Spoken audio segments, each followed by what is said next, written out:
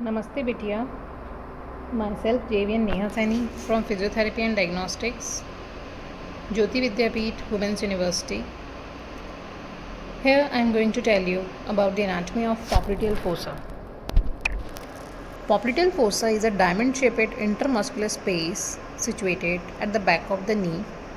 As we can see in the diagram, this is the back of the knee, and this diamond-shaped depression is known as popliteal fossa. Popliteal fossa is an important area of transition between the thigh and the leg and is the major route by which structures pass from one region to the other. Now the boundaries of the popliteal fossa. Since it is diamond shaped, so it has four boundaries. The upper lateral boundary, it is formed by the biceps femoris. The upper medial boundary, it is formed by the semimembranosus and semitendinosus muscle.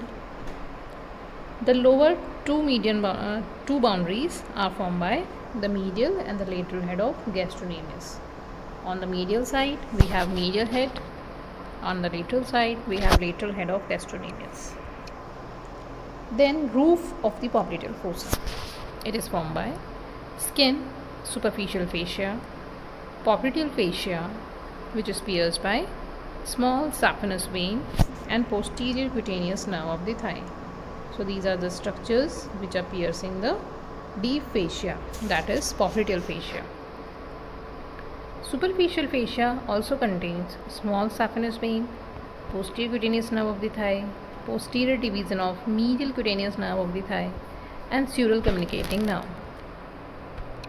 So these are the nerves which are found in the superficial fascia: posterior cutaneous, medial cutaneous nerve of the thigh, then short saphenous vein and sural communicating.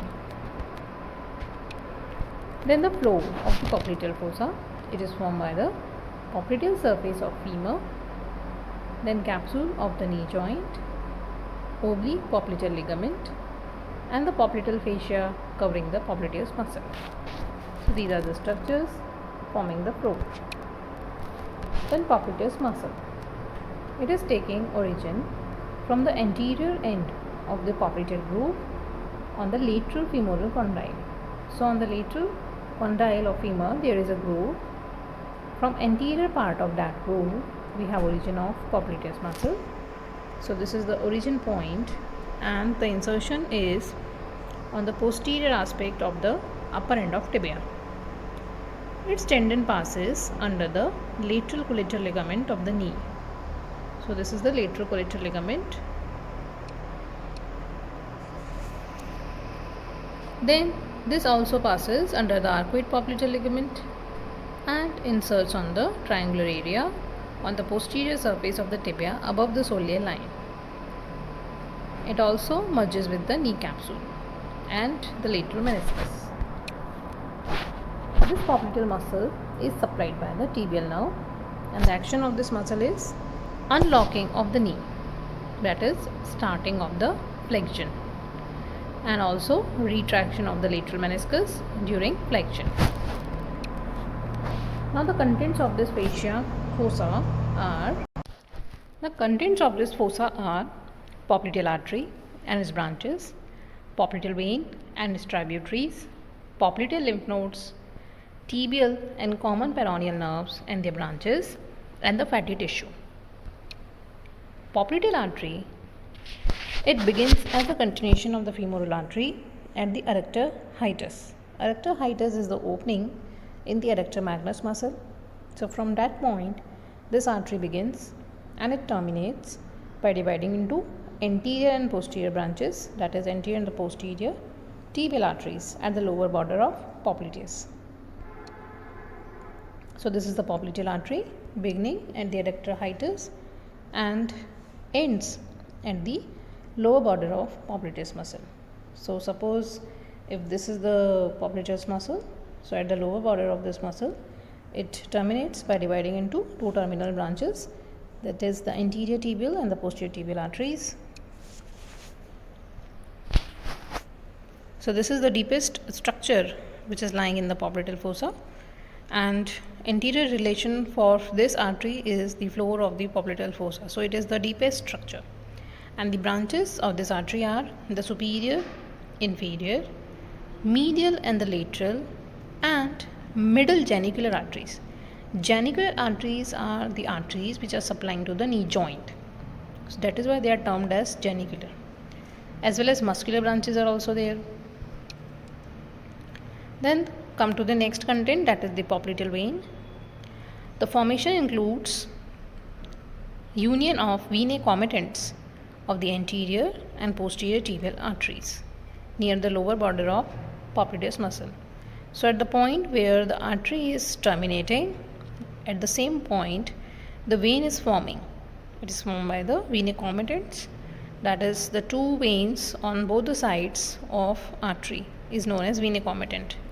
Suppose if there is a single artery and it is surrounded by two veins on both the sides, these two veins are known as venae comitants.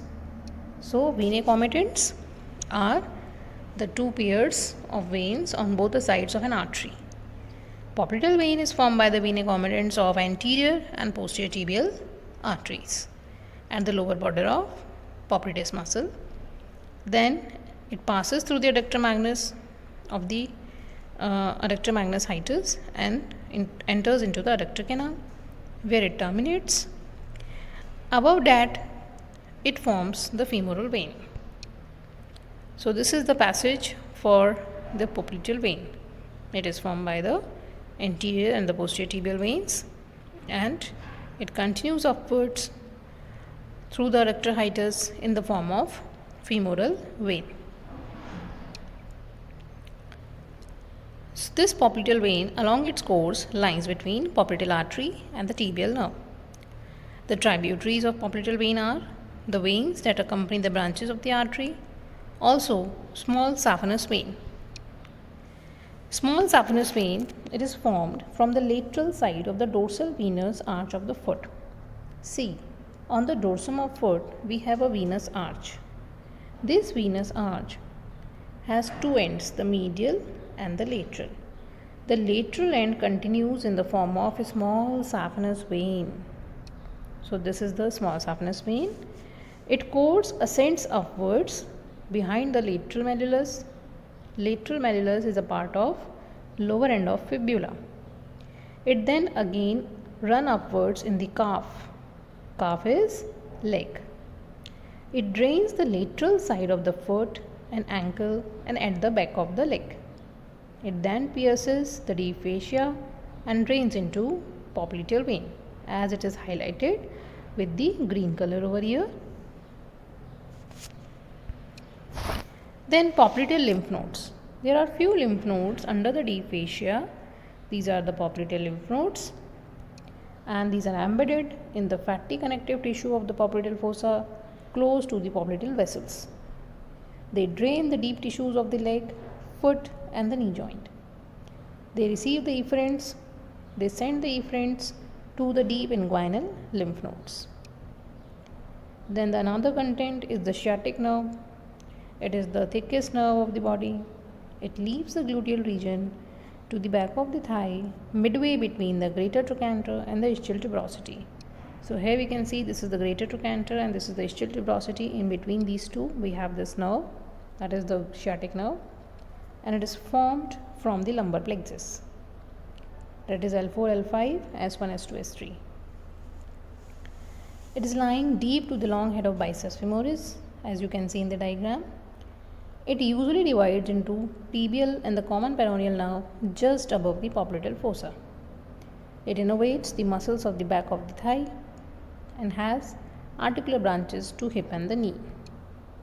So this is the sciatic nerve passing underneath the biceps femoris, and at the upper angle, superior angle of the popliteal fossa, it divides into two terminal branches, that is the tibial and the common peroneal, or we can say common fibular nerve. Now the branches of the sciatic nerve, it gives muscular branches to all the muscles of the back of thigh, which are the flexors of knee and extensors of hip.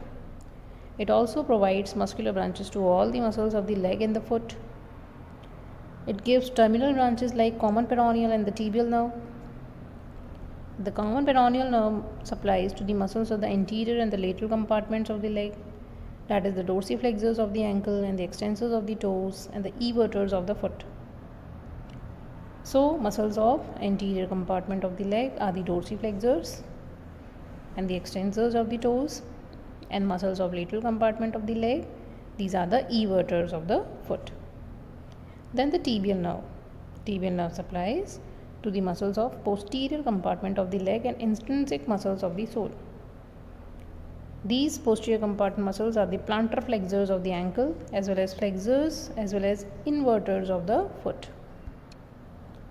Now the tibial nerve, it passes vertically downwards in the fossa and it lies between the two heads of gastrocnemius. So this is the tibial nerve. It is running vertically downwards in the fossa. It gives muscular branches to the muscles arising in the popliteal fossa. It gives articular branches, 3 genicular branches to the knee joint. Articular branches supplies to the knee joint. Cutaneous branch, it is known as sural nerve, supplying to the skin on the posterior aspect of the fossa. So this is the tibial nerve. It is running along with posterior tibial vessels. It passes behind the medial malleolus to reach the sole, and here in the sole it divides into 2 terminal branches, that is medial and the lateral plantar nerves. Then the common peroneal. It passes medial to the biceps femoris. It disappears in the peroneus longus. Peroneus longus is a muscle of the lateral compartment. So this is the your common peroneal nerve. Over here it becomes disappear under the cover of peroneus longus. At the neck of the eye and the neck of the fibula, it is very close to the neck of the fibula, and here it can be easily damaged. It gives muscular branches, no muscular branches in the fossa. It gives 3 genicular branches to the knee joint and gives sural communicating branch, which is a cutaneous branch, as well as a lateral cutaneous nerve of the calf, which is supplying skin of the lateral aspect of the leg. So this is the common peroneal nerve.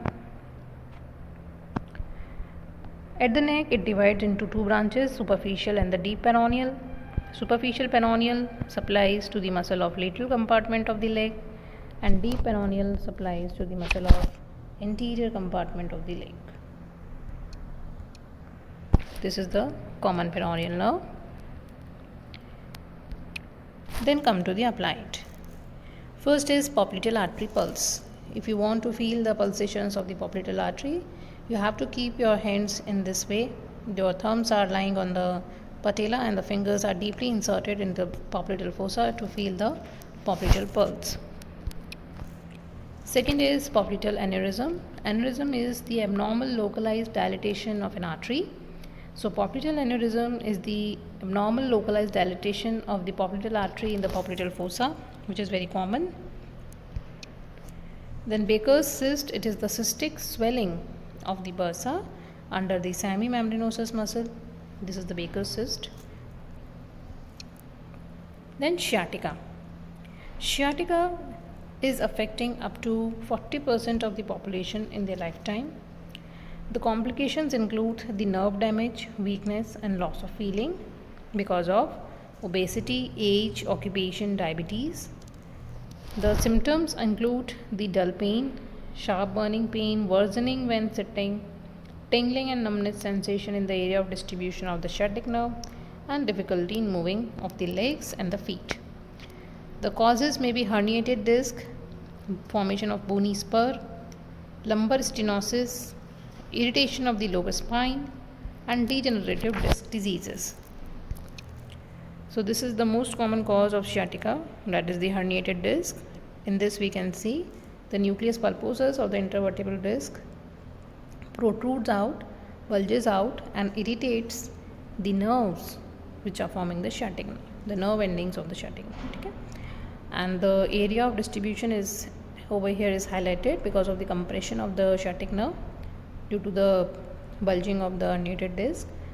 The sciatic nerve is compressed and the area of distribution, in the area of distribution it is causing a severe pain, which has been highlighted over here.